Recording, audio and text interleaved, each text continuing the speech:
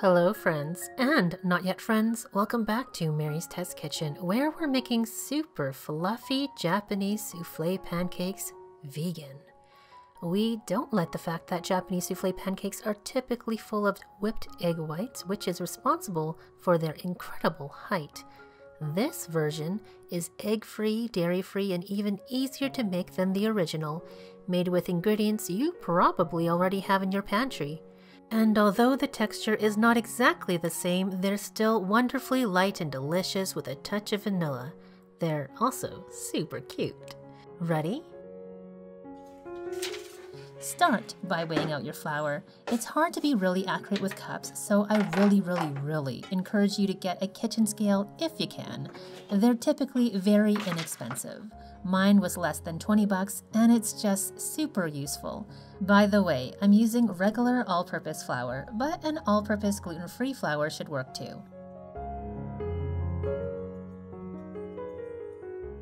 Then baking powder, baking soda, and sugar, any kind you like, and salt.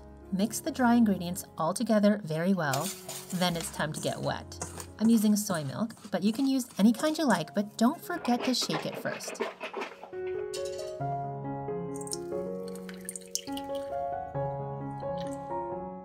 Add apple cider vinegar, which will react with the baking soda and give the batter extra lift.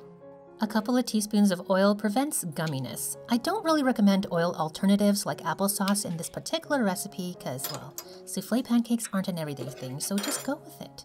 Finally, a bit of vanilla extract will make these pancakes smell heavenly.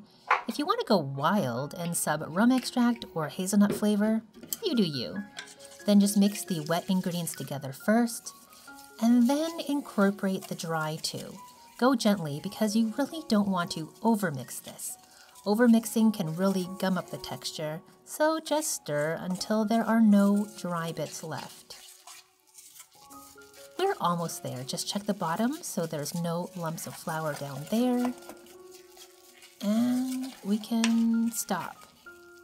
Stop, Mary, stop. Okay, this is not too bad. This will work. Now let's go over to the stove with some refined coconut oil on a pan over medium heat. You can use whatever oil really, but I find coconut oil works really well, and refined because I don't want my pancakes to taste like coconut today. When your pan is nice and hot, also add your greased ring molds.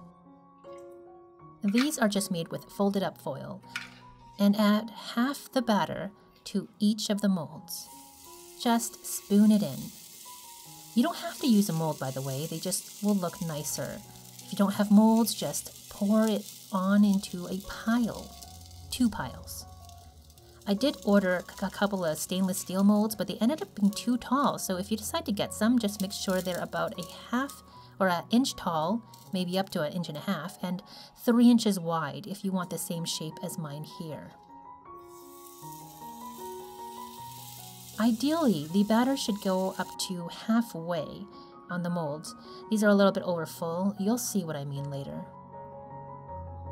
Lower the temperature to medium-low, that was on 3 on my dial, and then cover the pancakes so they can cook slowly, about 10 minutes.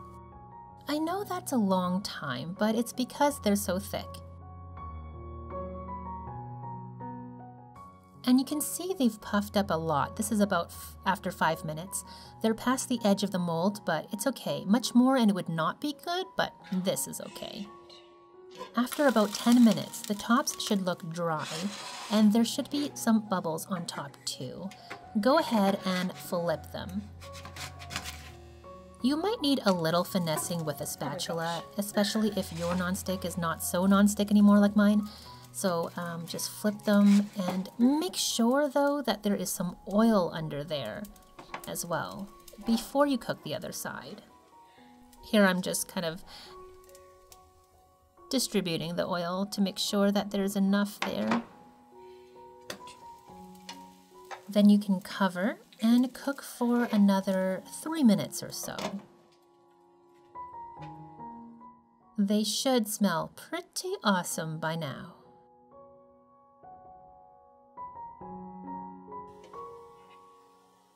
You can check for doneness by gently pressing the centers. They should spring back easily. This takes some experience, so even if you're not sure, just give it a touch so you'll get familiar with the sensation. I'm just checking the bottoms, and these are done. Take them off the heat and let them cool for maybe a minute or two before taking off the molds. This one slid off relatively easily. If yours are sticking, just use the back of a knife or a thin spatula to go around the sides.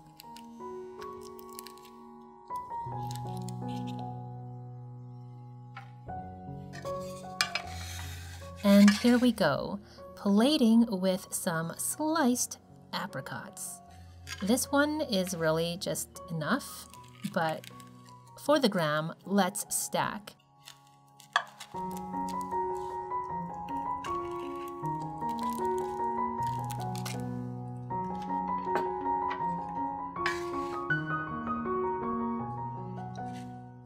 What do you think? Beautiful or what?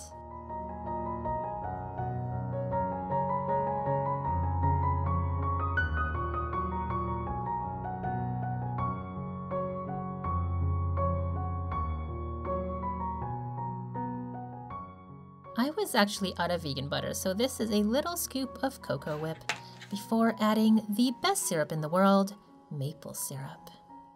Oh yeah.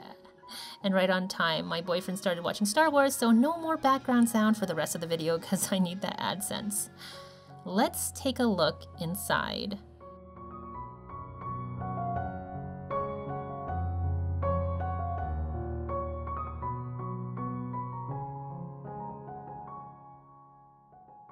Friends, I'm literally getting hungry as I edit this.